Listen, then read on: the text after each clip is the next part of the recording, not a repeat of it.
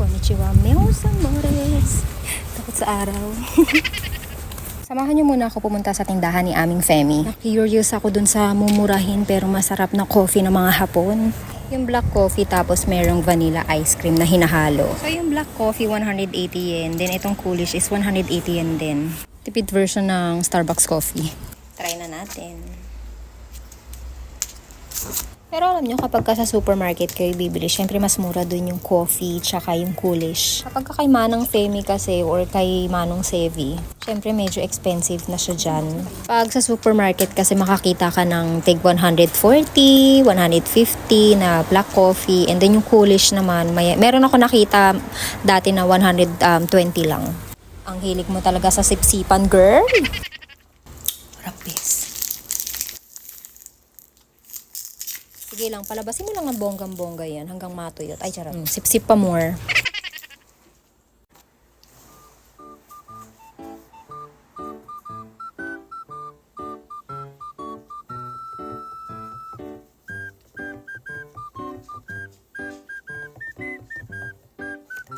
Tikman na natin kung totoo yung sinasabi nila.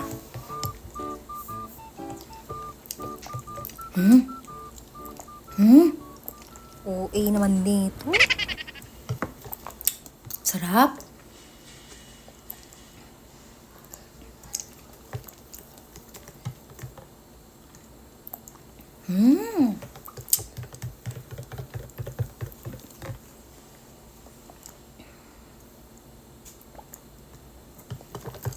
Ang sarap. Kaya nadidighay ako. Yung mga Hapon, hindi masyadong mahilig sa matatamis. Etong kape nila, matapang siya. Yun yung mga bit ng mga Hapon na inumin. Pero kasi nag-balance yung coolish na ice cream, tsaka yung black coffee nila. Hindi siya masyadong matamis, tsaka hindi siya yung nakakaumay. Yung may inom mo siya talaga lahat. Unlike pagka bibili ka sa iba na like Starbucks, 'di ba sumasakit yung lalamunan? Di ba nakakasakit ng lalamunan? Ito, masarap siya. Hindi siya matamis, hindi rin siya mapait. Natanggal yung sobrang pait niya, kaya yung sa mga hindi mahilig sa masyadong mapapait na coffee, bagay sa inyo to. Yung mga milky, ganyan, na coffee, bagay sa inyo to.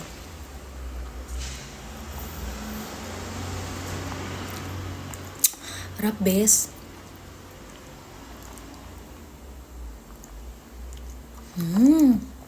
Sarap. So, ayun. Maiinom ko to lahat. Hindi ako ma-coffee na tao, pero maiinom ko siya lahat. So, ayan. I-try nyo na. Ciao!